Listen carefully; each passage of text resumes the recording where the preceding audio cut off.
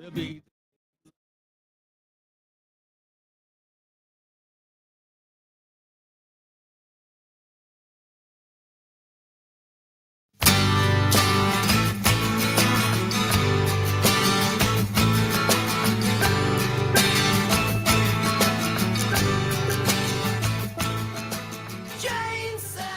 morning and welcome to Matenaer On Air. Jane Matenaer, Greg Bach, and Calvin Butenhoff coming to you from our studio in a rainy downtown Waukesha. You can always join us. You can call, you can text. It is the same number, 855-752-4842. Leave a comment on the live stream.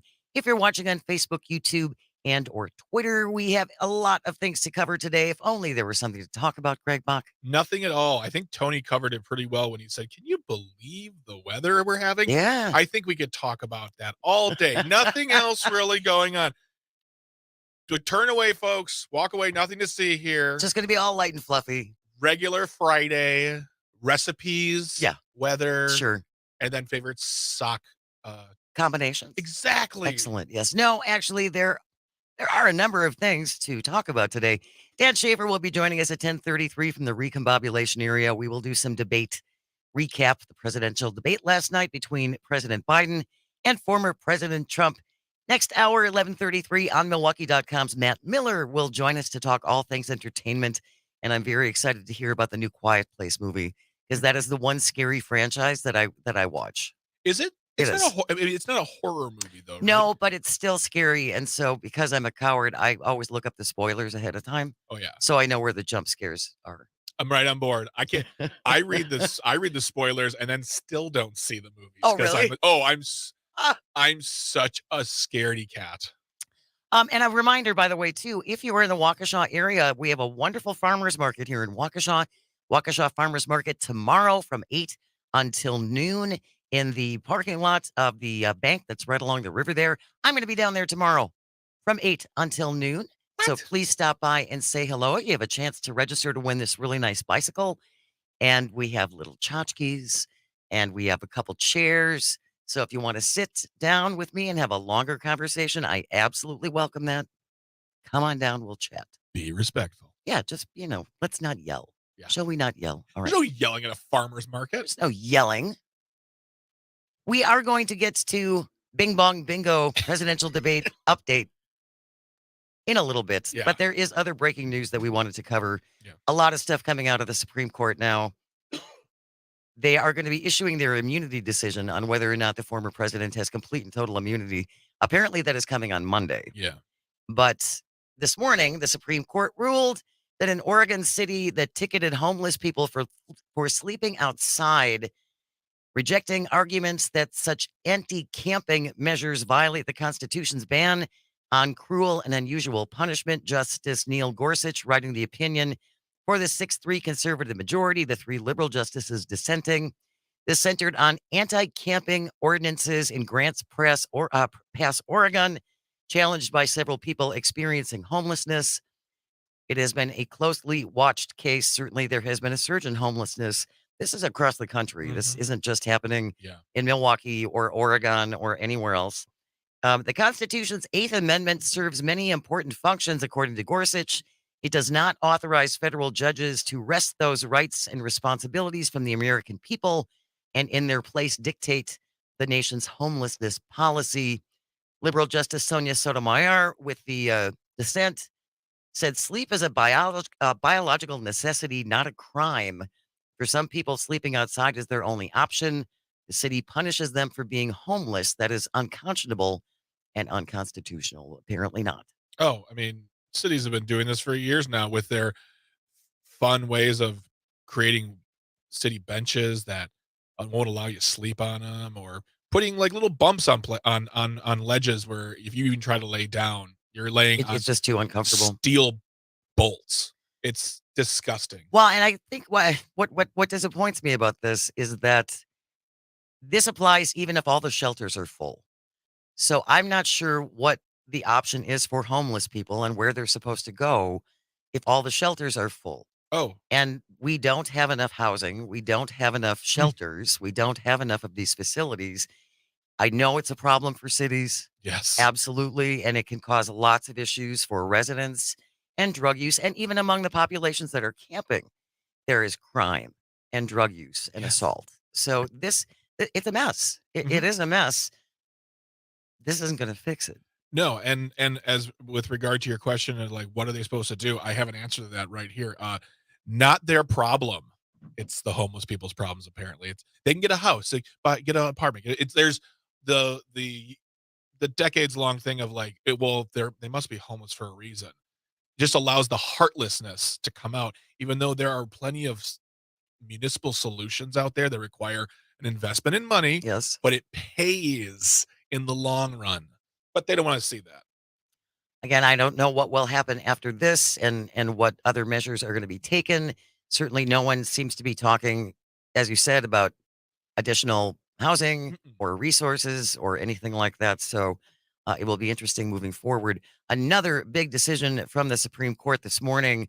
The headline in Politico reads Supreme Court shifts power over federal regulations from agencies to judges. So the Chevron doctrine has been around since the 80s. And from what I understand, a Jim Santel, lawyer, show tomorrow on Civic Media called Amicus Brief, Yeah. where he talks about all things legal. We are going to talk about this with him on Tuesday. He's going to be joining us on Tuesday.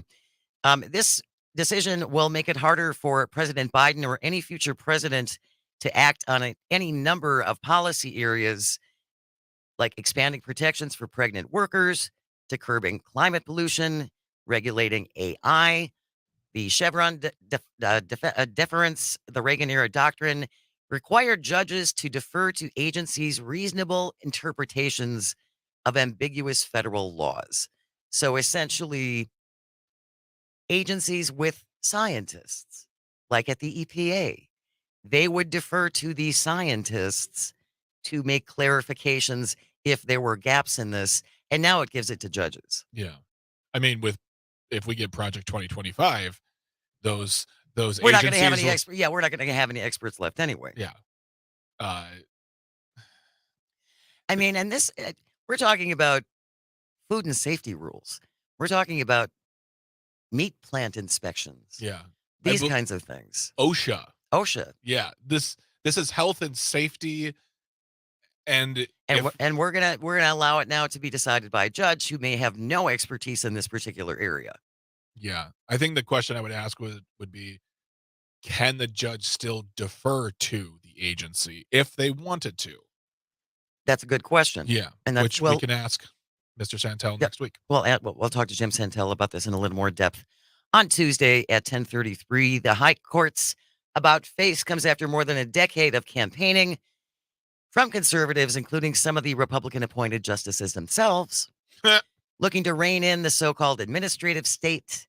Lands just 2 years after the justices ruled on a climate case to limit regulations that pose major implications for politics or the economy. And we do hear a lot of complaints about regulations and burdensome regulations from companies and business owners. And I've never been a business owner. I don't know what it's like to navigate all of that. You have. I'm a business owner. I own a comedy club. It might not be a big billion-dollar tech firm or Fortune 500, but there are fees, taxes, things we have to pay. Do we grumble about them? We do, but we pay them and we deal with them because we have to, and we believe that this is us just putting forth the money we need to operate safely. We're not looking for to expanding our freedoms. I mean, granted, like we are a comedy club and it's not the same, but there are so many small business owners who grumble over this stuff, and it's just not worth it to me. We have other things to do, and to pay my liquor license, and the liquor license goes up every time they have to pay it.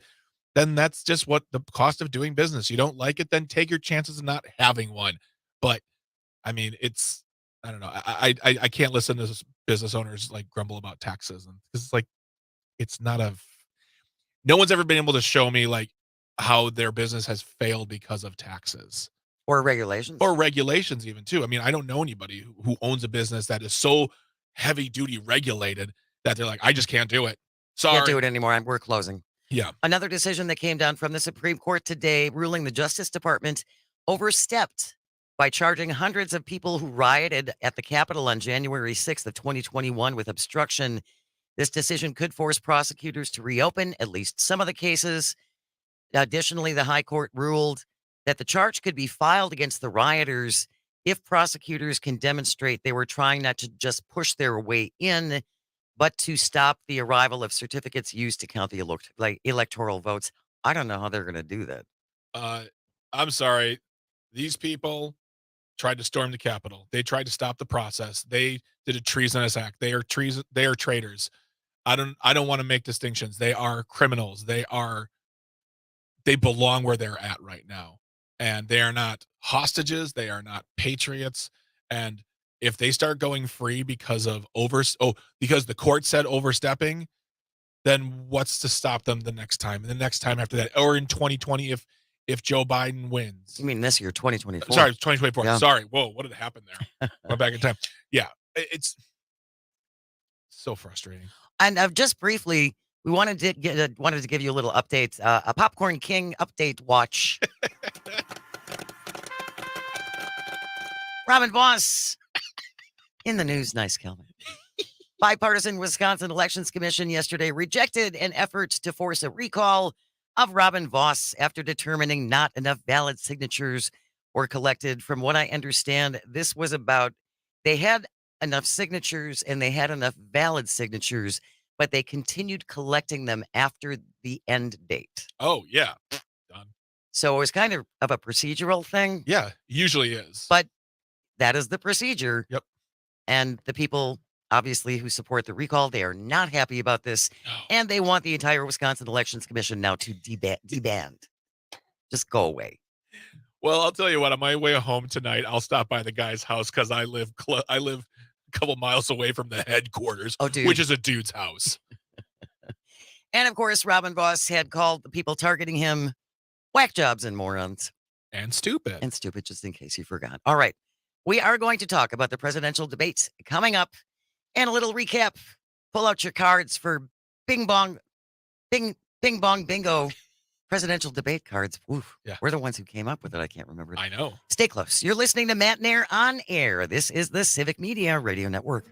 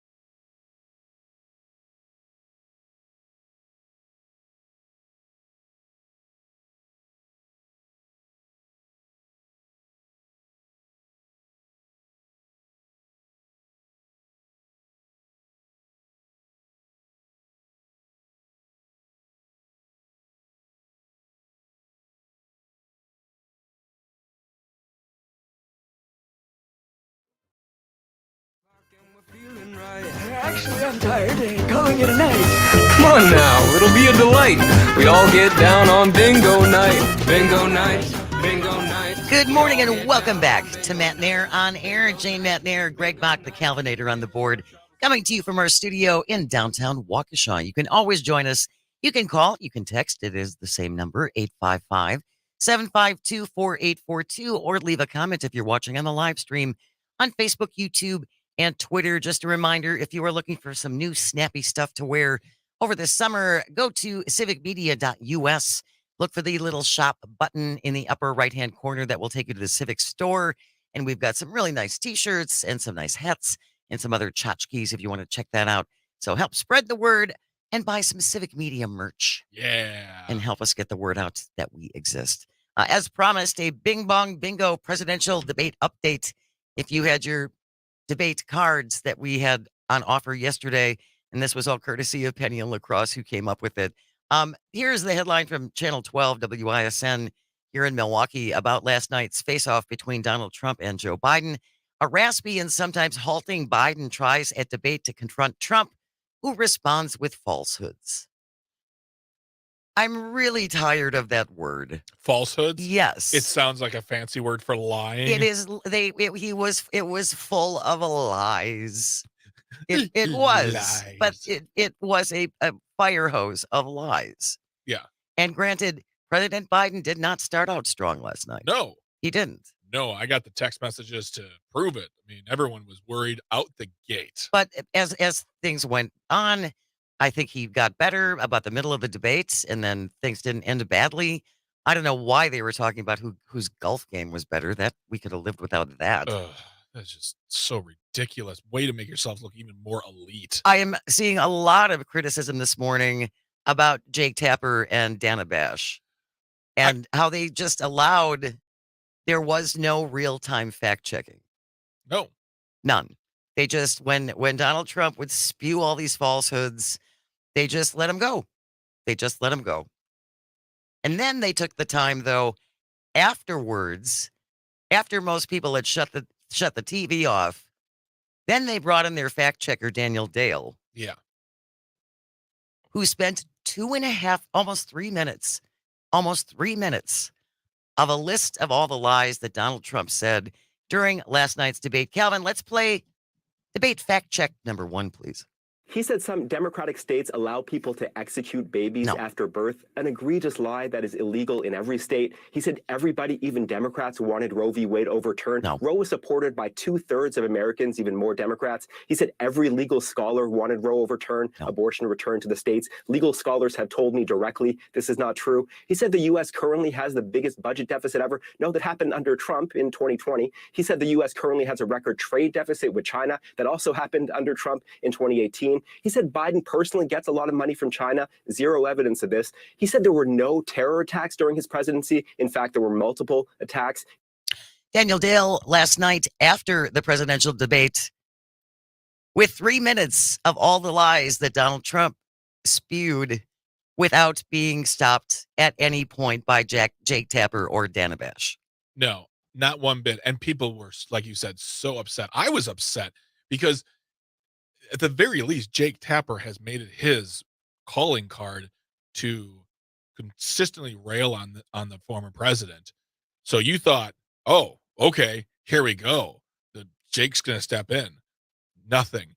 And I guarantee you, the moment someone points fingers at him or he responds to it, it's going to be, that's not my job. My job was to moderate. No, your job was to keep them focused, and he was lying. You did nothing. So what happens to all the arguments from the right about Joe Biden shotgunning Red Bulls backstage and that the CNN was a completely unfair place to have this debate because Jake Tapper and Dana Bash weren't going to be fair during the debate? So they're just not going to talk about any of that now. Nope. It's over now. It's done. It's done. Yeah.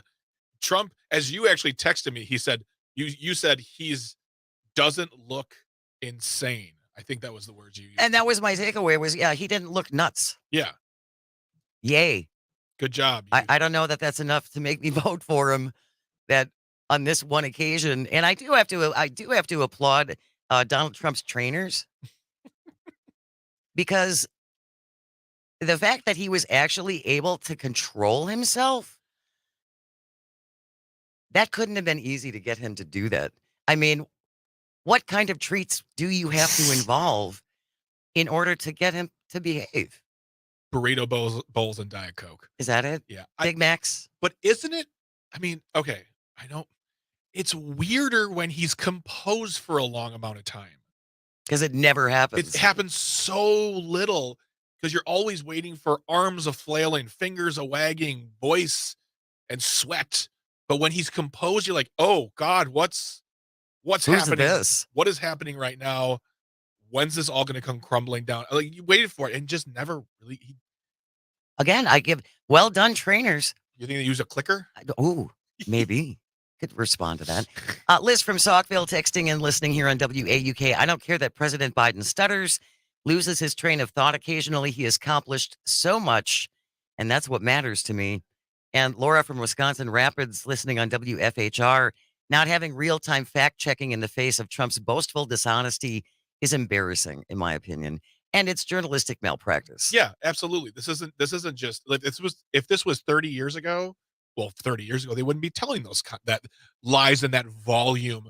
But and repeatedly, and have them picked up and repeated constantly and constantly and constantly. Yeah. This is another situation where the media is going to sit back and go, well, it's not our fault. It wasn't our responsibility. Says you're the ones who wanted this. You approached them. And you're just going to sit there and let them talk? Tony Zimmerman on the live stream. The fact check happened at like midnight. Yeah, it was way after the fact. Yeah. Way after the fact. After most people had already tuned out. Do we have time for another fact check from Daniel Dale before we go to the news, Calvin? Let's hit that. He said Iran didn't fund Hamas, Hezbollah, other terror groups under his presidency. Iran, in fact, did. He said Biden wants to quadruple people's taxes. That is pure fiction. He said the U.S. has provided way more aid to Ukraine than Europe had. It's actually the opposite. He said the U.S. has provided about $200 billion in Ukraine aid. It's closer to $110 billion. He said 18 or 19 million people have crossed the border under Biden. That is millions too high. He said many of these migrants are from prisons or mental institutions. His own campaign cannot corroborate this. He said Biden has only created jobs for illegal immigrants. Total nonsense. What? He said Nancy Pelosi turned down his offer of 10,000 National Guard troops on January 6th. There's no evidence she even got such an offer. It was the president, not Pelosi, who had the power to deploy the DC Guard. He said Pelosi now acknowledges she turned down the troops. Now her office tells me this claim is still a lie. Daniel Dale running out of breath last night. I know. You got to sit down. It's on fire. Listing that's only half. Yeah. That's only half of all the lies that Donald Trump had last night during the presidential debate. We're going to keep the conversation going a little bit and do a little more recap with Dan Schaefer from the recombobulation area, who will be joining us right after the news. So stay close. You're listening to Matenaer On Air. This is the Civic Media Radio Network. Bingo night, forget your troubles and come to forget your troubles, forget your past. Load up a chair, just relax. Have some punch, I made it myself. I used all the fruit juice we have on the shelf. Well, fruit juice, you say, no cause for alarm. One little sip couldn't do any harm. I usually don't, but tonight I might. After all, as you say, it is bingo night. Have a nice night, but I'm going to bed. Fruit juice always goes straight to my head. Come on, live it up. You can sleep when you're dead. Forget your troubles, just like you said. Forget your past, just place a bet. Well, there are some things that I'd like to forget. That's the spirit that I see in the light. We all get down on bingo night. Bingo night, bingo night. We all get down on bingo night. Bingo night, bingo night. Forget your troubles and come to love.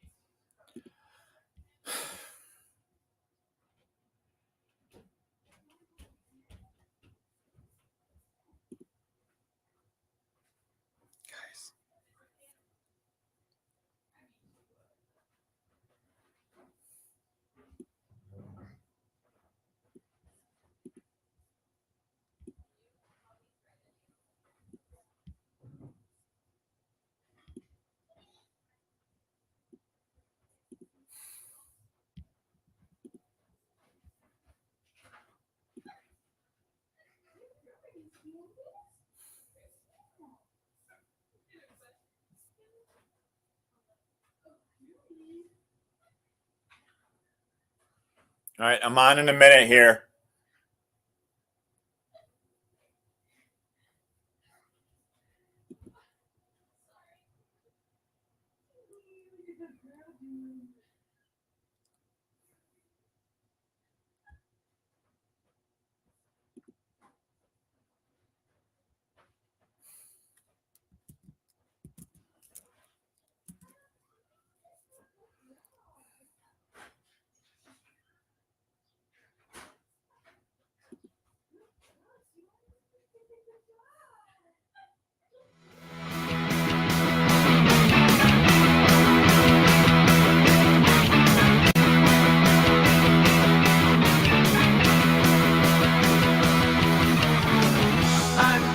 Good morning.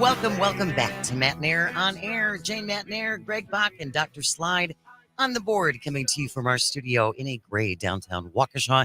You can always join us. Call, text, same number, 855-752-4842. You can always call and text directly if you download the free Civic Media app, or leave a comment on the live stream if you're watching on Facebook, YouTube, and what used to be Twitter. He joins us every Friday at this time. The author, one of the authors of the owner and creator of the award-winning Recombobulation Area, Dan Schaefer, is here. Good morning, Dan. Good morning, Jane. Thanks for having me, as always. Glad to recombobulate with you on a Friday. Yeah, we're going to finish up a little bit talking about the debate. We were just doing that before you joined us, Dan. And we did, courtesy of Penny from La Crosse, have the idea to come up with presidential debate bingo cards for last night as people were watching along. So we did want to acknowledge that malarkey was used. Yes. Because that was one of the spots on the card, the bong bingo card. Was that the free space in the middle? No, free space was just a star, but malarkey was one of them, was one of the squares, and that was worth like an extra 5 points. Yeah. Not that it mattered. And we were talking also about the fact that actually Donald Trump seemed like a reasonably normal human last night, which is kind of unusual, without all the flailing in the hands and the screaming and screeching. And I did mention that I have to give his trainers a lot of credit. So I don't know what treats they offered him to get him to behave like that. And we got a text message from Carmela saying, Jane, your line about giving kudos to Trump's trainers one can only imagine what the treat was to contain Trump. I belly laughed. That made my day. I'm so glad, Carmela. Really, though, it might have been clicker training, whatever it was. We'll take you out for a Big Mac afterwards, and you can have 2 scoops of ice cream, and no one else will get them if you're a good candidate. Be a good boy. Be a good boy. Well, he did his best impression of looking like a normal adult, I suppose. But if you listen to what he was saying, it was, some seriously ridiculous stuff, just lie after lie after lie, and on down the line. But I think we all know that's not going to be what happened with Donald Trump last night is not the story of the debate. I think the story of the debate clearly is Joe Biden, and that was a really, really awful debate performance. It was by the president. I don't think the response to this should be that to tell people to pretend that they didn't see what they just saw. Right? You have to meet people where they are. You have to be honest with people. This was a disaster of a debate performance. Having this weird late June debate is a strange decision to begin with, but it was the Biden camp's decision to do things this way, was it not? And so I think, we just saw in the Marquette poll on Wednesday, the Marquette poll of Wisconsin voters on Wednesday, and 76% of Wisconsin voters, not 76% of Republicans, 76% of voters said that too old is a descriptor that describes President Joe Biden. I think that number is only going to go up after last night's debate performance. I think we have to be honest and clear-eyed about this, because that was an awful performance. And I think there are a lot of, if anybody saw the cable news reaction to the debate last night, I think there are a lot of Democrats having a lot of tough decisions around the country today. Absolutely. Tough And I agree with conversation. you. Yeah, Yeah. I agree that we can't go and say it was great. He was fabulous. He just had kind of an off night. No, he did not come off well at all. But it does blow my mind. Donald Trump is only 3 years younger than Joe Biden. It's not like he's a decade younger than Joe Biden, and it's certainly not like he's in considerably better health than Joe Biden by any stretch of the imagination. No, well, and they spent a good portion of the debate arguing about their golf games. I It was just like know. these two old guys arguing about their golf games. What an insufferable moment from that awful debate. And yeah, I mean, I think what my decision would be between the two candidates, right? But I think before that debate, things were kind of looking like they were leaning a little bit towards Trump in many of the battleground states. Anyway, I think Nate Silver put out a projection that said Trump before the debate was like the 2/3 favorite to win the presidency. If you look some of these polling averages, I think Wisconsin and Pennsylvania were the only two of the 7 swing states identified by the Washington Post in their tracker as ones that Biden was leading in. We saw the poll on Wednesday at Marquette poll. It was 50-50 among registered voters, 51-49 in favor of Biden among likely voters. So as toss-up as it gets, and I think after this debate performance, you have to imagine things are going to move even further in Trump's direction. So I think there's going to be a lot of really difficult conversations among Democrats in the days and weeks to come here. Sherry from Horicon listening here on WAUK says, I'm riding with Biden. Look at all he has done. And we have Jean from Eau Claire is on the line joining the show for the first time. Good morning, Jean. What did you want to say? Hi, guys. Now, I've been an independent my entire life, but I do vote for democracy. I do vote for women's rights. I do vote for many things. However, last night, when everybody was playing with their criteria for what they were going to look for, well, what I was looking for was it's an older manual, worked in the field, diagnostic criteria for narcissistic personality disorder. And Trump went through many of them. And, is preoccupied with fantasies of unlimited success, power, brilliance, beauty, or ideal love. Has a sense of entitlement. He requires constant attention, admiration, keeps fishing for compliments, lack of empathy, inability to recognize and experience how others feel, annoyance, with somebody that, is seriously ill or sick or whatever, and preoccupied with feelings of envy and reacts to criticisms with feelings of rage, humiliation, and this guy, and interpersonally exploitive, takes advantage of others to achieve his or own ends. He hits every single one of the criteria. Now, when you go up there and you have a stutter, a disability, and you only have so many minutes, and this is the most important, debate of your life, and you have these crushing things, and then you have a guy like that who starts lying. So here you are paying attention to the clock. You're paying attention to your audience because you care about America. And then you only have a brief period of time to address every single one of those lies. My gosh. And then, on top of that, I could tell there was something not right because of his voice. Yeah, you could hear it in his voice, Gene. Thank you so much, Gene. Really appreciate you calling, and really, as always, appreciate you for listening. I understand what she's saying, and I think that there are some people who will. Trump is a malignant narcissist. I don't think that's a secret. No, right, but that's not new. No, that isn't new, and I also agree with that her hasn't changed for 8 years, and, right. We all, I think we talked about this on last week's show. Everything that we worried about being normalized about Trump in 2016 has happened now in 2024. We have had 8 years of this. We're not. It's not the shock value of these absurd things that Donald Trump is saying is not the same as it once was.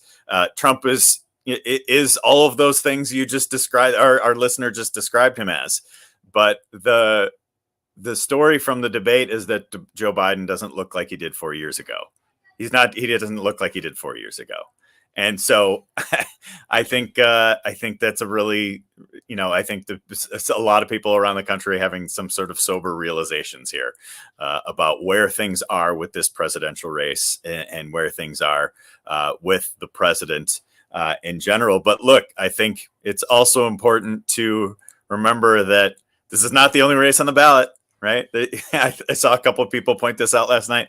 The road to the White House still goes through Wisconsin, and there are races up and down the ballot in Wisconsin, state assembly, state Senate, U.S. Senate, for Congress, that people can get activated and organized and be passionate about making a change. Because I still think at the end of the day, the Democratic message, the policies are winners. And that's important for all of those candidates up and down the ticket who might be worried about the candidate at the top right now. Well, and I think it's really important that we remind folks, and Deb Cronmiller from the Wisconsin League of Women Voters is going to be joining us next week. As we talked about with you, Dan, on the August ballot, now are going to be these two new constitutional amendments, and the August turnout tends to be very, very low. This is very much, in my estimation, by design to get to make sure people aren't informed for an issue that they're really interested in anyway. So, right? I mean, so let's just try and sneak this on there. And if nobody knows what they're voting for, it'll be fine. And just consolidate more power for the Republican legislature is essentially what these two constitutional amendments would do. Yeah, they're coming at a time when the August primary is, not projected to be a high turnout one. We had, I think it was the 27% turnout 2 years ago, and that was the highest August partisan primary turnout that we had in 20 years. So I think it is, that race is really important in August to turn out for that one, even though there's not, a statewide primary for governor or competitive one for senator or whatever. That's going to be really important when it's election after election after election. You got to show up every single time when you're in a swing state like Wisconsin. You cannot take any plays off. No, you really can't. And these constitutional amendments, I'm telling you, the more we learn about them, the worse it gets. So vote no and vote. Yeah. myvote.wi.gov. We're going to keep harping on that too. myvote.wi.gov. We do have a comment from John Kay on the live stream I wanted to share. Biden looked like an 80-year-old with a lifelong stuttering problem. Trump looked like an 80-year-old with a lifelong legal problem. I will still take Biden every day of the week, twice on Sunday. Thank you, John. I agree with you, John. But again, I think if you listen to our show, if you listen to Civic Media, if you read Dan's columns, we are very invested in politics and policy and all the stuff that's going on. And most people aren't.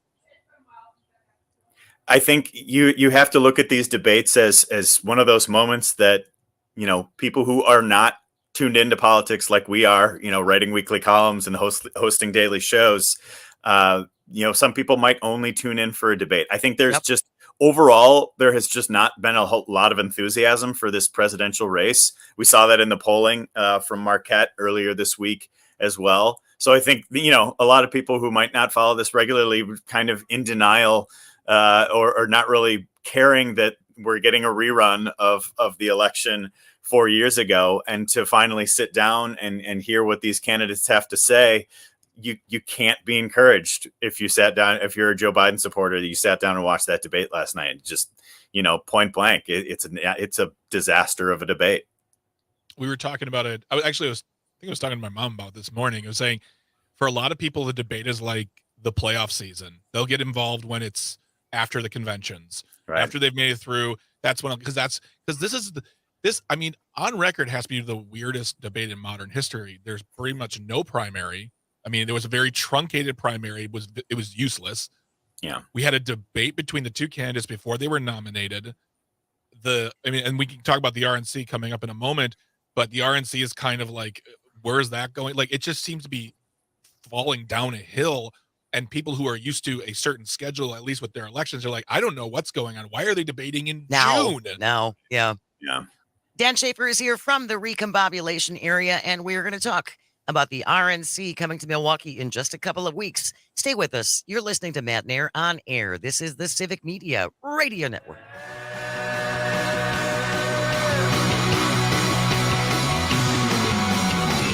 hoping for a relaxing weekend.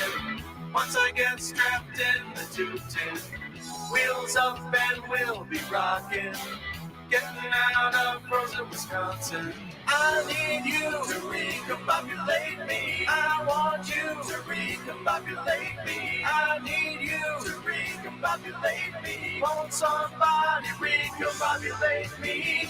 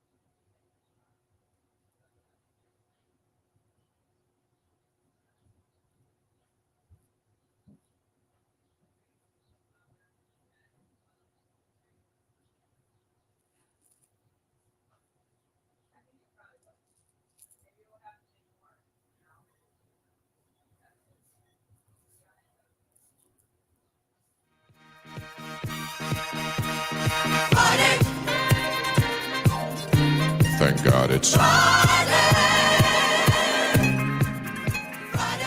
Welcome back to Matenaer On Air. Jane Matenaer, Greg Bach, the Calvinator on the board, coming to you from our studio in downtown Waukesha. Join us at 855-752-4842. Leave a comment on the live stream on Facebook, YouTube, and the platform that Elon continues to actively ruin. As he does every Friday at this time, Dan Schaefer is here from the recombobulation area. We were talking a little bit about last night's presidential debate. We have a couple textures on the live stream. John from Menominee Falls, honestly, the issues are more important to me than the candidate. For that reason, I will vote for Joe Biden, even if he were dead, rather than Donald Trump. Tom from West Dallas, what Biden really needs to do now is have a couple of fireside chats when he's feeling better. Then he can address all these issues that did not get addressed during the debate. Also, the Supreme Court, Tom, just overturned the Chevron doctrine. I don't know if you saw that, Dan. We did talk about that a little bit at the top of the show. And that's not good. The whole Chevron doctrine, that's a whole nother discussion. Whole nother discussion. Doesn't seem great, though. Must sure be doesn't muted. seem great. Oh, now you're good. There you go. Okay. Doesn't seem great, Jane. Doesn't seem great. No. A little really discombobulating this morning with the debate fallout, with the Supreme Court decisions. A discombobulating morning, to be sure. Absolutely. Well, let's talk about the RNC coming to Milwaukee, kind of turning into a big... Well, I don't know. I don't know if that's is that the official term? The official terminology that people are using for the RNC in Milwaukee. But yeah, I broke a story this week at the recombobulation area, a special report that I wrote on the underwhelming level of activity happening in and around the RNC, which is now just over 2 weeks away. Right. So we are, the signage has gone up on Pfizer Forum downtown.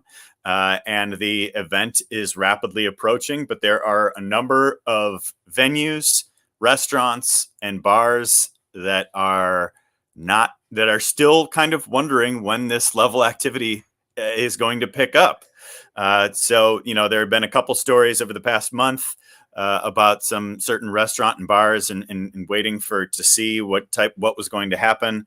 But I was able to have a conversation with Gary Witt, who is the president and CEO of the Pabst Theater Group, which oversees the Pabst, Riverside, Turner Hall, Vivarium, and Fitzgerald. And Gary told me exclusively on the record there that they do not have any events booked at the majority of their properties. The Pabst and Riverside are going to sit empty during the convention. Two of downtown Milwaukee's most iconic venues will be sitting empty during the convention. The only one of those properties that is going to have anything there is Turner Hall Ballroom, which is hosting CNN, which is through an agreement made before the DNC in 2020. We've also got a number of restaurant owners that I talked to, some of whom went on the record, including folks at Loopy and Iris, celebrated downtown restaurant, was just featured on the premiere episode of this season of Top Chef. And they told me that they have only one private dinner booked for the entire week of the convention. Another one talked to James Beard nominated chef Gregory Leone, who owns Amalinda, which is just, you can see the Pfister Hotel from the front door of Amalinda, so right in the mix by a lot of the downtown hotels. They also did not really have any reservations coming. And I think since I broke that story on Wednesday, there have been, a number of other people who have come forward saying the same thing. Dan Jacobs, the Top Chef finalist from this past season, and the owner of Dan, said that they have not had any event inquiries for their restaurant in the 3rd Ward. I also saw today that the Milwaukee Journal Sentinel published a story that also featured Witt and the leaders from Loopy and Iris, also quoted a number of Old World 3rd Street bars and restaurants, which are just like a block from there. Fiserv Forum, saying that, there's a couple places that are like 50% booked or whatever, but places that are, one of the guys said who owns a bar called the Red, White and Blue Bar. So you would think maybe RNC, interested in that one. And he said he was 50% booked. And he said 4 years ago for the DNC, he was 100% booked by January. Here we are in the last few days of June, and this is still the story that many people are talking about. And I know there are a number of events that have been booked. The Daily Show is going to be broadcasting out of the Marcus Center for 4 days, including the Thursday with Jon Stewart hosting. There's going to be a welcome party at Summerfest with Trace Adkins. They're expecting 15,000 people to attend that on the Sunday night. We'll see if that comes to fruition. Yeah. But I think on the whole, what I've been hearing and what is, seems like the floodgates are open now for a number of other people reporting the same story, is that the level of activity is just not meeting expectations for this type of mammoth convention event in Milwaukee. And as Gary told me, it's a seriously a case of overpromise, underdeliver. I mean, I know that I'm not the Pabst Theater or Amalinda or any of these places that are much closer, but we're in the 3rd Ward, or I'm sorry, we're in Walker's Point on 5th Street, and we have nothing. No, not even calls to like small events, not even calls. Like, we were expecting calls from comics who would be in town with a Daily Show or doing stuff there. Like, hey, we'd love to use a venue for a late night show or drinks or something. Nothing. See, and I'm being just way overly suspicious, but this feels like a stick it to Milwaukee kind of thing. It's just bizarre. It's just, I think the horrible city comments were one thing. This lack of activity is another. Even after all of this, though, I think, what Gary Witt said, I asked him if he thinks it was a mistake for Milwaukee to host the RNC, and he said no. And he said this is, Milwaukee should take risks like this. Gary books a lot of people from both sides of the aisle at the Pabst Theater venues, right? But he said this comes down to execution. Quote, you can't just want to do things, you have to want to do them right. And not much about this has been done right. Subscribe to the award-winning The Recombobulation Area. Dan Schaefer joins us every Friday at this time. Thank you so very much, Dan. We will see you next week. Thanks for having me. Be well. News is on the way next. Stay close. You're listening to Matenaer On Air. This is the Civic Media Radio Network.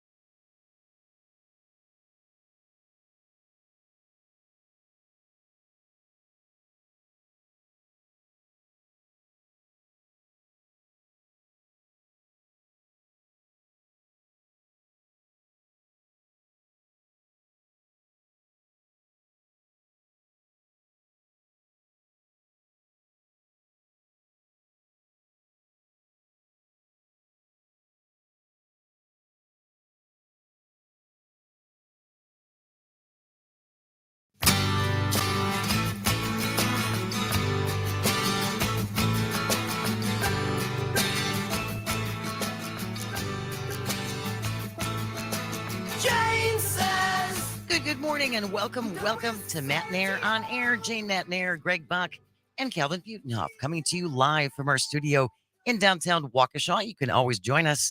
You can call, you can text at 855-752-4842. Leave a comment on the live stream if you're watching on Facebook, YouTube, or what used to be Twitter. Coming up at 11:33, Matt Miller from onmilwaukee.com will join us all to talk about movies and what's coming up at the box office and other entertainment things. Of course, Summerfest is going on down at Milwaukee's Lakefront.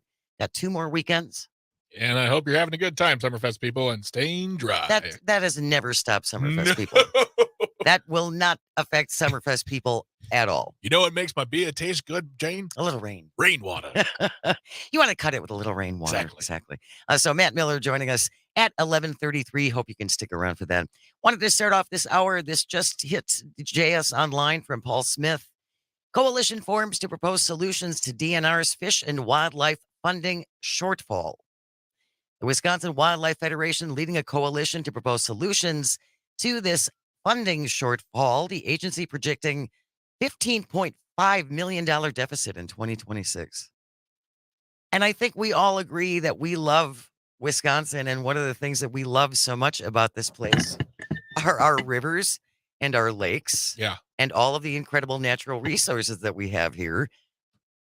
And the DNR helps to protect those things. That is one of those things that we've heard from politicians when they knock on doors, when they go to the dairy breakfast, when they go to the suburban, rural, urban areas.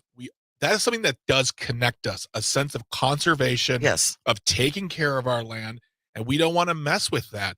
And we need, I'm sorry, but it's true. We need the DNR to help facilitate that sorts of conservation, working with small private groups, nonprofits. But that DNR, why? What are we doing now? Led by the Wisconsin Wildlife Federation, this effort's intended to stimulate conversations among stakeholders about potential solutions to the DNR's funding problems and come up with a plan to address them. The executive director of the Wisconsin Wildlife Federation, Cody Komrowski, quoted in today's Journal Sentinel in this article, "The problem's pretty well known, but unless something changes, it will only get worse. For about a decade, the DNR has been reporting shortfalls and warning of even greater problems in the future in its fish and wildlife account. And that is the primary money source for our fisheries, our wildlife and law enforcement programs. It gets almost all of it in-state funding from sales of fishing and hunting licenses and other related stamps." I feel like there was a proposal to also then raise some fees as well to help bring some revenues in. But there's got to be long-term planning. There has to be more funding. It can't all come from these, a guy buying a fishing license or someone going to a state park and paying however much it is to go to a state park. There has to be a steady revenue stream going to all of these agencies, groups and agencies to keep them funded, because that's all we hear about nowadays, whether it's state, national, IRS. I mean, with the overturning or the Chevron doctrine decision, OSHA, all these groups are getting their funding cut, and all these groups are going to be gutted, and they're going to be replaced. And then in 5 years from now, we'll be like, what happened to all our land? Well, we didn't do enough, because those groups need the money, but we need to do the voting. We need to keep our eye on it and stay aware of things. I mean, for folks who are my age, I'm 64. I remember when the Cuyahoga River in Cleveland caught fire. The pollution was so bad in the 1970s. It's easy to forget. It is easy to forget where we were with our conservation efforts in the 60s and 70s compared to where we are now. And you mentioned this to me this morning before we got on the air, that it was Richard Nixon, of all people, who formed the EPA. EPA, Clean Water Act, all those things that the quote unquote liberal agenda like to push, and rightfully so. We want clean water, we want clean air, we want the environment to be protected. It was started in a time when, and those things happened with the stroke of a pen, where it said, "Yeah, of course we do this. Of course we're going to protect our waterways." These are lands and mechanisms for our children and our children's children. That is the thing that just blows my mind every time I start to think about it. And then I just get really sad, is that you have all these individuals who work for companies who say, we're going to do everything we can to chip away at land rights. We're going to chip away at the water. We're going to take it for our own. We're going to pollute it how we want. We're going to drill. We're going to dig. We're going to build bigger and better. And then these people claim to love family and claim that we are one below a great being. Doesn't that being want us to take care of the land? Shouldn't your goal is to set up a world that is better than the one you're living in now for your children? And I get really heated about this because the hypocrisy is just right there. But I think, and maybe I'm completely off base here, but for some people who believe the end times are coming and believe in the end times, I don't have to worry about the earth. I'm not going to be here. I'm going to be sucked up into the air and saved. And that may be the case, but I don't believe they're all Fortune 500 CEOs. And I think that's my point, is like, yeah, we can't, if you believe in that, if you believe in the end of days, if you believe in the rapture, if you believe in all that stuff where one day the swords are coming for judgment, okay, I understand. Fine. I'm certainly not going to change your mind in 30 minutes, but we don't have to shepherd it. We don't have to make it progress. It's going to happen whether it happens, but this idea that, we don't have to worry about the lands. Yes, we do. Yes, we do. This Fish and Wildlife account, and again, this is from an article in Milwaukee's Journal Sentinel today from Paul Smith about the DNR's Fish and Wildlife funding is really having problems. And that account is the primary funding source, again, for the DNR's fisheries, wildlife, and law enforcement programs. It also includes habitat improvement projects, fish and wildlife population assessments. We talk about this all the time. They keep track of the elk herd. They keep track of the deer herd. They keep track of all the various populations in Wisconsin, fish and pheasant propagation and stocking, and the enforcement of fish and game laws by conservation wardens. We don't want people poaching. Yes. It is so overarching their power and their responsibilities. They need the power to do that, and the power comes from funding. Tony on the live stream has just a capital idea. Well, if the DNR would take a quote-unquote kickback from big polluters, they'd be fully funded. And then Andrew says, Tony, those are now called gratuities as long as they're not discussed beforehand, talking about yesterday's decision. Yes. I think this is great. Tony, Andrew, the synergy on your thinking, we just need to give them money on the back end. Just a soup song of corruption. Wet the beak. Just a taste. Nice Godfather reference. Just a taste. Nice. Mark from Prairie du Sac is on the line. Good morning, Mark. Thank you so much for joining us. Yeah, thanks so much for this topic, because that was the agency I worked for my career with the state of Wisconsin, is the DNR. I was an accountant there, and saw the ups and downs of the funding. And I'm also a user of natural resources. That I've been buying hunting and fishing licenses since I was 14 years old. So that's a long time. I've bought something every year, and as a sportsman, I'm fully aware that we should maybe bump up the fees there, and maybe find ways of finding some kind of another revenue stream for the quote unquote non-consumptive users to kick in a little bit, because if you're a bird watcher and enjoy watching wildlife, maybe there should be some way to encourage those people to kick in, if they, and most of them do. I was going to say, I would imagine that they would have no problem with that. Yeah. And it's just a shame that that Republicans like Theodore Roosevelt started the conservation movement in this country, but the Republicans seem to have sided with the polluters now, and it's kind of sad. Look on the Supreme Court. Neil Gorsuch, his mother, Ann Gorsuch, was actually kind of let polluters get away with stuff back when she was head of the EPA back in the day. And that's still a burr under his blanket, because he wants to avenge his mom. Thank you, Mark. Yeah. Always appreciate you checking in. Yeah, we're talking about the DNR Fish and Wildlife Program is having funding issues. And it also just seems like something else that has been the can has been kicked down the road over and over and over and over and over again. And no one wants to deal with it and come up with alternate funding sources, even though it sounds like everybody pretty much agrees that we need to fund this. Yeah, and what's going to happen is one day people are going to be shrugging their shoulders, going, "What happened? What's going on here?" And the people at the DNR and the EPA will say, "We told you. We told you this was for coming." years and years and years. Once again, this is reactive thinking, not proactive thinking. The price of most resident hunting and fishing licenses, including general fishing and deer hunting, have not changed since 2005. Although more than a dozen Wisconsin conservation groups organized a push in 2017 to increase license fees, guess what? The GOP-controlled legislature rejected it. I'm not laughing because it's funny. If nothing else, they're consistent. I mean, no one's getting money. No one's. You got PFAS, you get no money.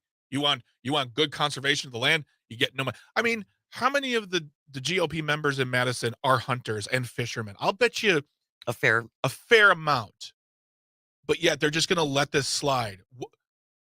Make it make sense. Are there any GOP members of our audience who are hunters and fishermen? Make it make sense to us. Tell us why. But I have an idea. And I'll make it very fast. That is, if we all, I'm not a hunter, I'm not a fisherman. If I just buy a license, if we all just bought a license, it's not cheap, but you buy a license, we could fund the DNR. Everybody? Why not? Why not? Do your part. Get a license. You don't have to hunt. You don't have to fish. PJ on the live stream is a person on SSI. I enjoy the $7 fishing license. I would pay $10 if the fee goes up. I'll buy 5 of them. All right. It's all on Greg now. Oh boy. All right. Speaking of fish, we have a freaky creature of the week on the way next. Matt Miller joining us coming up at 11:33 to talk all things entertainment. Stay close. You are listening to Matenaer On Air. This is the Civic Media Radio Network.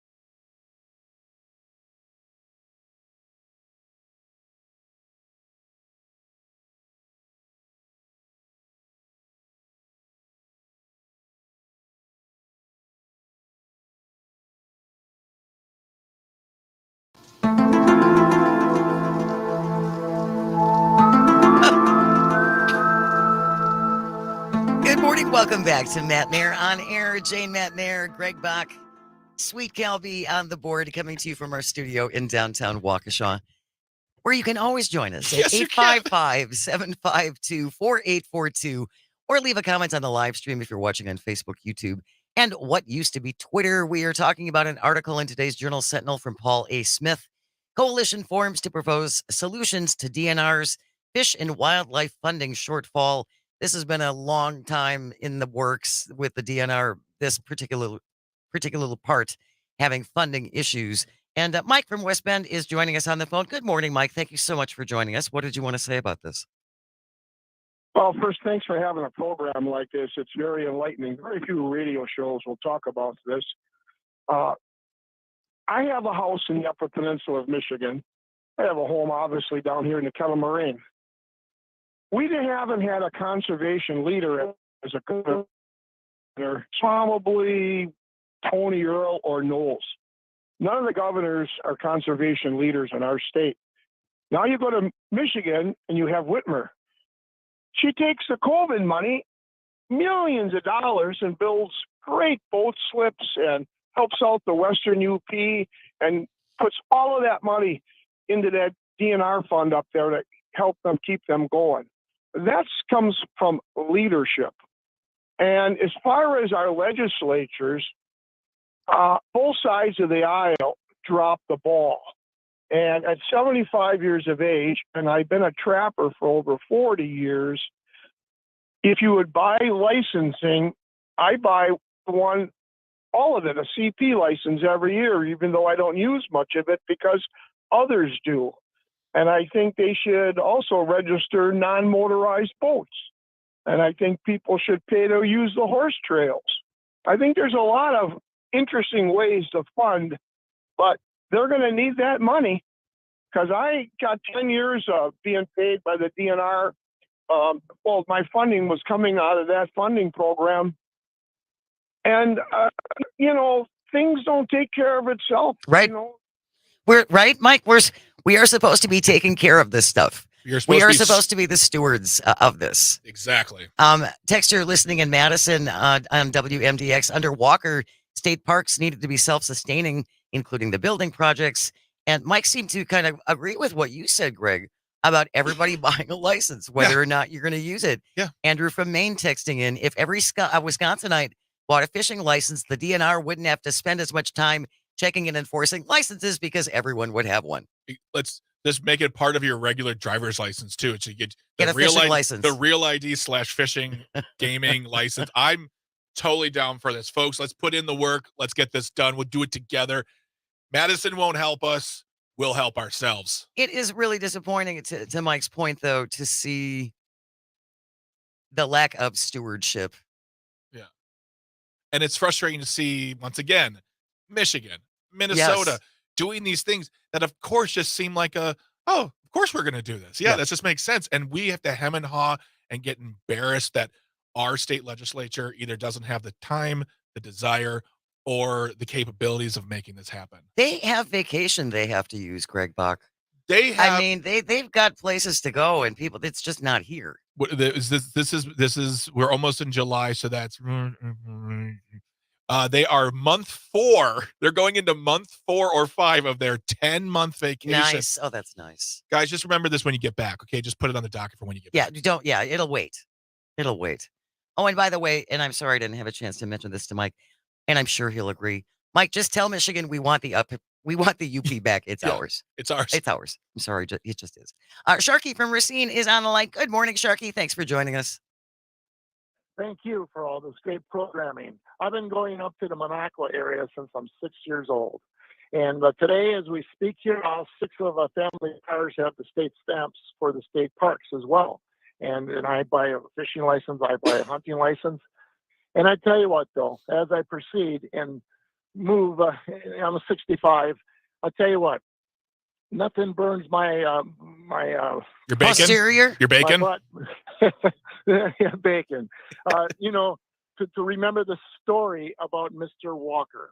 When he worked the deal with the state of Wisconsin, was a swampy, ugly forest that he traded for the Uline people because they wanted to expand their the Uline people up north in the Manitou water areas. They traded, like I say, 40 acres of swamp for beautiful, almost 300 feet of access in Manitou waters. And everybody said, oh, that's just okay. Mr. Walker obviously knew who the Ulines were, and it wasn't just happenstance. Yeah, I appreciate that, Sharky, and thank you so much for listening. Really, really do appreciate it. Yeah, I can't necessarily say that Scott Walker was a great steward of the environment.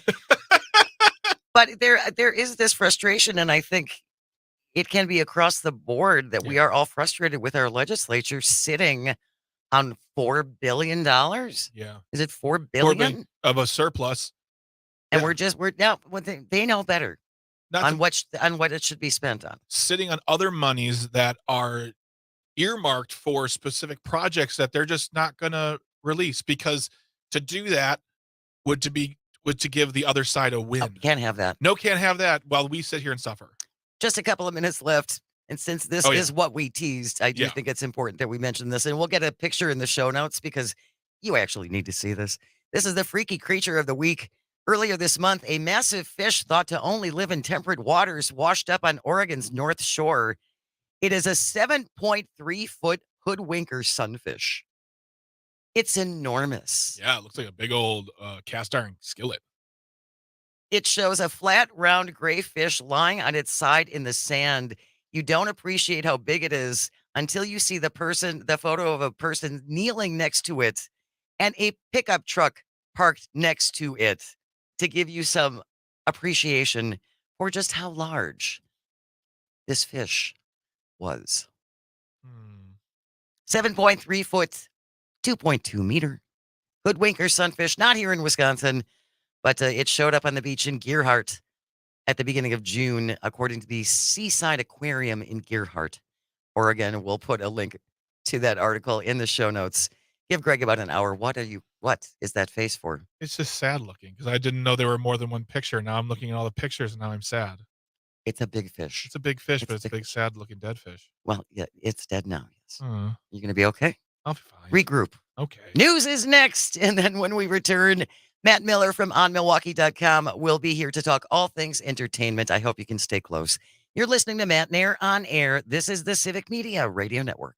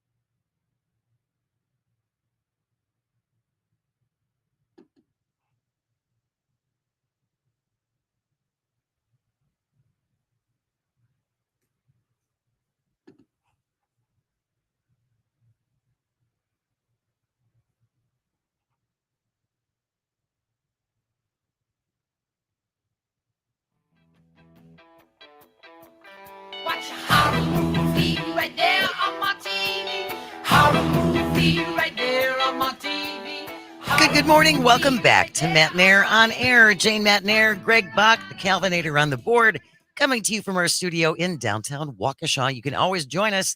You can call, you can text. It is the same number, 855-752-4842. Leave a comment if you're watching on the live stream on Facebook, YouTube, and the platform that Elon continues to actively ruin almost on a daily basis. He joins us on the last Friday of every month. He is the entertainment guru at onmilwaukee.com. Matt Miller is here. Good morning, sir. How are you? Good morning. I'm doing great. I'm doing well. Excellent. Glad to hear it. I am very excited because I am not a big scary movie fan, but I do love the Quiet Place franchise with John Krasinski and Emily Blunt. And there's a new one out. And I really want it to be good. Sans Jim from The Office and Emily Blunt. They are not in this movie. He is not directing this movie. And I am happy to report for you that it is a quite good movie. It is A Quiet Place, more like a quite good film. I don't know. Heyo, baby. Heyo. And I will be interested to see what people think of this movie when they see it this weekend, because I will say it is not like a nonstop thrill ride. It is not a, it's got some good monster moments. It's definitely got good monster moments in it. The horror stuff is fun and exciting and thrilling, but the meat of the movie is really this kind of sad, mournful, tender storyline between two people whose lives are falling apart as a result of aliens crashing to Earth, but also their own lives and their own things going on. And I think that's really, it's a very quiet movie, and not in the way people are expecting, where, it's a movie about be quiet, monsters will kill you. It's a quiet movie about people dealing with death and grief and dealing with their lives falling apart, which is very interesting. And the director of this is Michael Sarnowski, who directed Pig. If you remember the Nicolas Cage Truffle Pig movie, that everyone was like, that sounds like the goofiest movie of all time. And it turned out to be the best movie of 2021. And it's interesting because it feels a lot like, you get nervous when a director makes a great indie movie and then he gets into a franchise. And you're like, oh boy, is this director gone? Will we ever sell out? Exactly. And this feels like a movie directed by the guy who made Pig. It is a movie about people who are sad and mourning and trying to grip to things as the world collapses around them. And the monster stuff is really fun, but I think the human stuff is really what shines in this. Is that what people are going to want to see during a summer blockbuster? We'll find out. But I'm very excited that this movie is not only scary and intense, but also genuinely good and thoughtful. Well, this is kind of another example of the movie American Fiction with Jeffrey Wright. I felt you were given this one idea in the trailer. It's this movie about a Black author who's going to write in this book in jest. And really the story is about the connection between the family that you get sucked into. And the book's like, oh, that's fun. That's part of it. But you're like, oh my gosh, I'm connecting with these people so deeply. And I love that he created with this new Quiet Place movie that connection as well. Who knows? Maybe I'll see it. The scaredy cat du jour might see. Now, is John Krasinski at all involved in this? I imagine he's probably executive producer because he created the first producer, and I think he helped come up with the story for this. But it really feels like Sarnowski's movie. It has the same tone of Pig. It has an elegance to the way that it's filmed and a weird kind of beauty to it. And it is interesting you bring up the American Fiction analogy, because I don't think that's wrong in terms of, it's almost like American Fiction has the comedy in it just so they had something to sell. And they were like, come for the comedy, but stay for the family stuff. And that's a little bit what this Quiet Place feels like, where it's like the horror stuff is solid and good, but you can tell that, like, I really want to make a movie about this, Lupita Nyong'o's character dealing with her life. And yes, there's stuff going on, obviously, with monsters, but she's got, her own, mortality that she's looking at. And that's a big thing. I really enjoyed it. Like I said, I hope it looks like it's set for a big weekend this weekend. How people react to it, we'll see. I really enjoy it. I think it's a good time and a genuinely good movie. Is it set up at the end for yet another sequel? It's not obvious, but obviously Okay. the sandbox is so big and so kind of vaguely sketched out. There's so much room in here where you can it's kind of like a zombie. It's like Dawn of the Dead, where like, okay, its focus is so narrow that you can kind of jump to wherever you want to in this world, and you would have a story to tell. Well, on your recommendation, I'm going to look up all the spoilers before I go to the movie this weekend No, because I'm don't a chicken. do that. I want to know when the monsters are coming, Matt. You're one of those people who reads the last page of the book and then don't do that. I don't read. That's such a film critic thing to say, Matt. You're ruining the art form. Why would you do that? Yeah, no, I would never say anything like that. No. Anyway. I didn't tweet that earlier this morning. Matt Miller joins us the last Friday of every month from onmilwaukee.com to talk all things entertainment, just talking about the new Quiet Place that is debuting at your theater near you this weekend. Inside Out 2 is doing really well, and I have heard varying opinions about that movie. I think it's quite good. I don't think it's quite the emotional nuclear bomb that the first Inside Out was. That turned me into a puddle of snot and tears. But it's still quite good. I know some people don't love the kind of Pixar, we make emotions all neat and tidy and these like clean rules and stuff like that. I think it works for this kind of movie because this one's a little bit messier, which I think works because you're doing a movie about someone going through puberty. You're someone, becoming an adult and dealing with the complicated emotions of, friends and changes and all these things. And of course the movie should be a little bit messier as a result. It'd be weird if it wasn't messier. If it weren't, yeah. Yeah. I think, the best Pixar movies create their world and rules really smoothly. I mean, you think about Toy Story and just how like you just get dropped into that world and you're just in it and you totally get it. Elemental last year was a little clunkier in terms of being like, well, there's all these worlds and all this stuff. And I think Inside Out 2 has a little bit of that clunky, how do we build this world out situation going on. But I think it's a lovely movie. I cried again. I'm not going to say almost. I did it again. Not as bad as the first time, but definitely got some good tears out of me. A lot of good laughs too. Some genuinely funny, creative bits about emotion and feelings that I had a really good time with. And it's going to be this year's first $1 billion grossing movie worldwide. It is a monster hit. And really? I didn't even know that. It has made so much money in 3 weeks. It's making more money right now than Barbie. Like it is on a path to make more money than Barbie last year. It's going to make more money than Oppenheimer. I don't know why Hollywood is like being like, whatever, it doesn't matter. Like, I don't understand why this movie is becoming a monster hit and no one's talking about it. That's kind of Hollywood self-defeating right there, where it's, they've got this monster hit and they're like, let's talk about how disastrous things are instead. I just feel like animation has never ever gotten the respect that it deserves. No, and it's a kid's movie and a sequel, and I think that's maybe a little less exciting to talk about, like when there's Barbenheimer, and there was this feeling of like, ooh, maybe this means people are going to see different types of movies beyond, superheroes and sequels, which they are a little bit, which is nice. But yeah, and I do think a big thing to take away from Inside Out 2 is the younger generations go to movies. They just want their own franchises, please. Enough of 80-year-old Indiana Jones, enough of, reboots of movies that existed 4 decades before they were born. They want their own movies. That's why Despicable Me does really well. That's why Inside Out is doing really well. It was a movie that they grew up with. That is their Toy Story. If you want box office to survive again, if you want it to be exciting and you want these movies to show up, you got to give the younger generations their movies and older generations their movies. You need to have a little bit of something for everybody. And sometimes you just need to say goodbye to certain franchises. Yes. I mean, I'm sorry, but I tried watching Indiana Jones and the Dial of Destiny or whatever. Yeah, exactly. The Dial. Yeah. I was just like, this is just.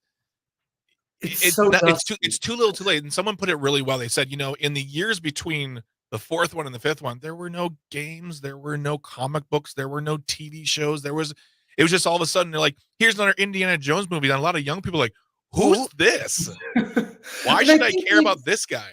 And I think they know Indiana Jones, but they don't want to see 78-year-old, Indiana Jones running about. That is the antithesis of what people want from an adventure movie. Yeah. And the worst thing about that Dial of Destiny movie wasn't even, the nitpicks you could do or the CGI or anything like that. It's just deeply boring. And, there's nothing worse that an Indiana Jones movie can be than boring. That is the cardinal sin of a blockbuster like that. But yeah, so hopefully we're seeing some new franchises popping up, and we're seeing stuff because I saw some statistics. Everyone loves to blame younger audiences for not going to the movies. Oh my gosh, the millennials and Gen Zs, they're not showing up to the movies. They're on their TikToks. What's wrong with them? Proportion-wise, percentage-wise, younger people go to movies more often than people 50 and older. It is older audiences who are failing the box office and failing the movies.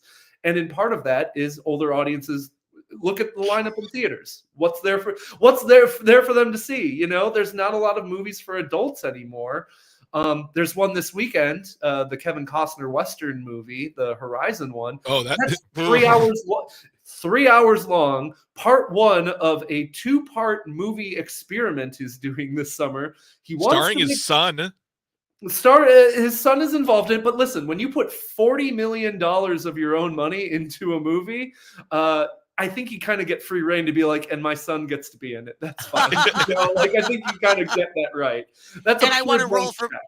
I want to roll for my dog as well. My dog. You know what? I've reached this point now where, Hollywood movies have been so like, okay, is the IP there? Is the brand there? Has this been vetted by all of our studio execs? Is it foolproof and safe? That when someone wants to make a wild blank check swing like this, like Horizon, this 4-part Western epic that, 3 hours each part. What's it about? Who knows? I appreciate someone being like, I'm going to make a big swing and I will really want to follow my creative desires. It's the same thing with the Francis Ford Coppola movie, Megalopolis, where it's like, I know it's messy from what I've heard from the festival reviews, that it's messy and bloated and ridiculous and out of control. Cool. That's great. Those are honestly things I am interested to see. I'm tired of movies that seem like they have been like mulched and gone through, the IP factory and made sure nothing interesting got through, That's why The Quiet Place Day 1 is so interesting, that like it was clearly made by a director with a vision for that story. That's exciting, Indiana Jones 5, the IP reigns, is not. And all right, fellow baby boomers, it's on us to save the movie industry. So everybody go to the movies this weekend. You gotta see the Garfield movie. We're losing you, Matt. We're losing you. We're losing your connection there. It is up if you to don't the see older Twisters, generations. You need to show up for the Garfield movie. It's there for you. Let's do our part. Yeah. Get back out to the movies, people, and save Hollywood. Well, all right. It would help if Hollywood made movies for, more audiences beyond 25-year-old boys. It'd be nice. You might be onto something there. That's you are a radical. You're just a radical guy. Hollywood, pay me for my crazy ideas. When we return with Matt Miller from onmilwaukee.com, we are going to talk a little bit about Summerfest. If you're heading down to the big gig, stay close. You are listening to Matenaer On Air. This is the Civic Media Radio Network.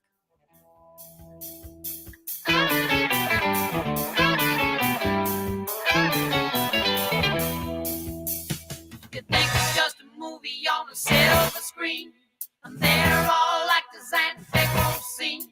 Maybe you don't care who's gonna lose or win. Listen to this and I'll tell you something. It's a horror movie right there on my TV. Horror movie right there on my TV. Horror movie and there's load of views. Horror movie, it's a 6:30 news. Horror movie, it's a 6:30 news. The public's waiting for the camera and the hate. Switch on the station, oh yeah. They do it down and celebrate the fire and the yelling. You believe what they're telling, oh yeah. It's a horror movie right there on my TV. Horror movie right there on my TV. Horror movie and there's load of views. Horror movie, it's a 6:30 news. Horror movie, it's a 6:30 news.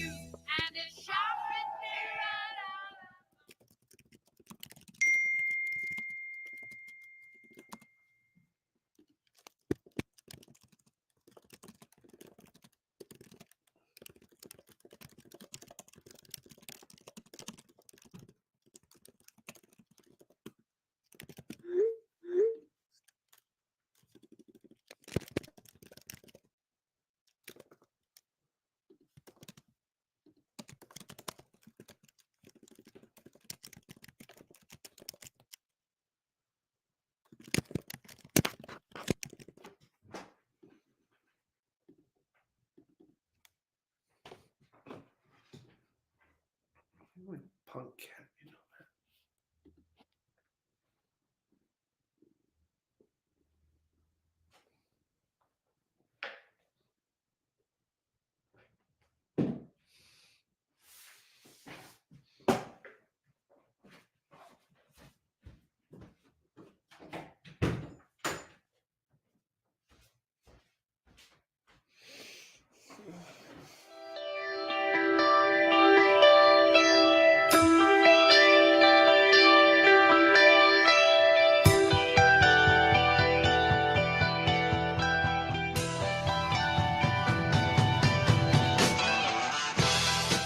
Welcome back to Matenaer On Air. Jane Matenaer, Greg Bach, Sweet Gal B on the board. You can always join us. You can call, you can text. It is the same number, 855-752-4842, or leave a comment on the live stream.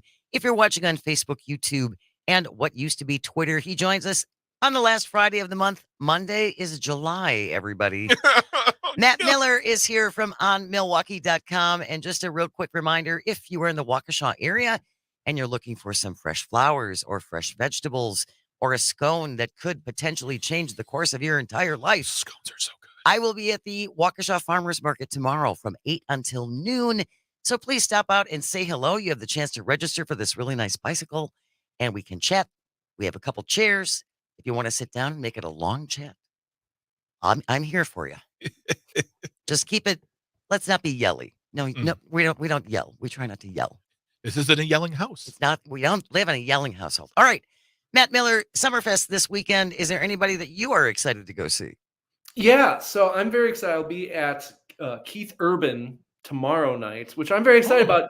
I am not a country music fan. I do not like country music, generally speaking. If I do like country music, it's kind of more the outlaw country varietal that I would call more real country music instead of the, as another radio show host calls them, the flat-bellied air humpers. Whoa, getting nasty. I just always call them generic white shirts. That's what I always think. Like the Luke Bryans of the world who are just all, that's a mannequin in a white shirt. That is just, and he wants to sing about a parking lot. That's nice. But I'm excited about Keith Urban, though, because everyone who's seen him is like, he's a great guitarist. He's an incredible musician. And I'm really excited about that. That is the kind of country show I want to go to, where the musicianship is the goal, is the excitement, not I'm throwing beer cans into the crowd and like, hey, we're going having a party. Like, that's not my kind of country. I sound like a really fun, cool guy right now. You're the guy sitting in the back of the venue with the beer in his hand, arms crossed, going, it's fine. Yeah, just me being like, I don't know, his early stuff was better. Yeah. I liked when he was indie, indie country artist. Yeah. If you like that kind of stuff, I would beg you to check out Brad Paisley, especially his Play record, which is a mainly instrumental record. Ooh. Featuring Keith Urban on a song called "Start a Band." So modern. I don't know about the smoothness of his belly. I'm not sure about that. Sings fun songs, but the musicianship is there for country music. So anybody else, Matt, at Summerfest that you're thinking about checking out? Yeah, I'm also going to see All American Rejects tonight. That fun fact, that was the first band I ever saw. That was the first concert I ever attended, was All American Rejects at Summerfest. So going for nostalgia, it'll be fun. I don't know. Hopefully they just play all the old stuff. I think hopefully we don't hear those dreaded words. And now for some stuff off our new record. I don't know if no one's there for that. I'm also very excited about the combination of AJR and Carly Rae Jepsen on July 4th. AJR was supposed to perform at Summerfest last year. Greg is making a face like I have put 3 letters together he has never heard in the same sentence. I don't. Oh, man, I'm not hip. No, it's not the Atlanta Journal Review or whatever. It is. It's a band of brothers. They've got a lot of songs. If you look them up on Spotify, Greg, you'll find a lot of songs that you've probably heard on Top 40 radio, honestly. They're a band of brothers. Their father died last year, unfortunately. They were supposed to be a Summerfest headliner last year and had to cancel. As a result of that, they're back this year. I'm really excited for that show. I think they're really energetic, really kind of fun pop, indie pop, rock kind of vibe. And they're joined by Carly Rae Jepsen, who is low-key one of our best pop stars. Call Me Maybe is still a bop to this day, but All of Her Emotion album is a triumph. So I'm very excited about that combination. I'm also excited about Local Natives, really good band out of California. Again, kind of indie rock, really kind of hypnotic in terms of their sound, really kind of beachy. Really excited to check them out. I've never seen them live. I've always seen them, only heard them on their records. So a lot of really good stuff. I know some people decried the Summerfest lineup, as they do every year, because their one favorite band isn't on the lineup. I think, it doesn't have maybe the big name brand names or like the exciting, like, wow, they got Lizzo. Wow, they got this person names that, it's kind of hard to get. But there's a lot of really exciting bands to discover and a lot of really exciting artists that, if you pop around on Spotify and take a listen, you're like, oh, that's like a really interesting sound. Like, I'm really enjoying hearing that. And there's some good throwbacks too. I know Baby Bash and Paul Wall and Lloyd and Mario are playing Saturday night. Those are really great from the mid 2000s hip hop R&B era. I know the Dandy Warhols are playing Saturday as well. So a lot of really good gems in this lineup. And some bands you might not even know that you already know, like AJR. Can I just say, you've made me feel so good about myself, because I know All American Rejects and Carly Rae Jepsen. And most times I don't know anyone who's appearing at Summerfest. So I feel pretty hip and trendy and cool now. I know you are hip and trendy and cool. I think when you start to say the lineups aren't cool anymore, they don't have these bands, I think that's when you are no longer understanding that A, other music exists, and B, those fans for that other music exists, and it's not all about what you like. Yeah, it is a part of growing up to realize that, you are not the target audience for these things that much anymore. When you look at sorry, yeah. I'm not the center of the universe. When did this happen?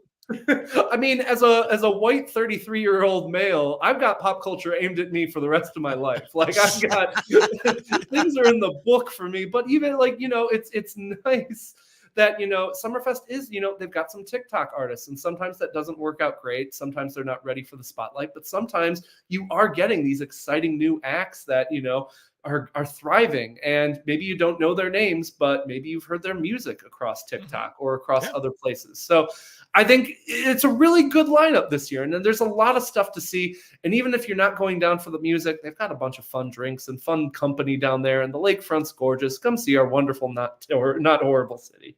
On Milwaukee.com's Matt Miller joins us the final Friday of every month. Don't forget laughingtap.com. Tonight, Greg Bach is performing. We got wonderful.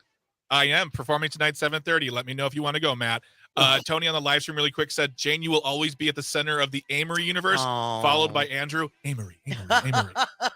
Thanks, you guys. Thank you, Greg and Calvin and all of our engineers. Thank you most of all for calling and texting, and absolutely for listening. It means everything. I hope you find some joy over the weekend and you have the chance to share it. Stay close. News is next. This is the Civic Media Radio Network. See you Monday.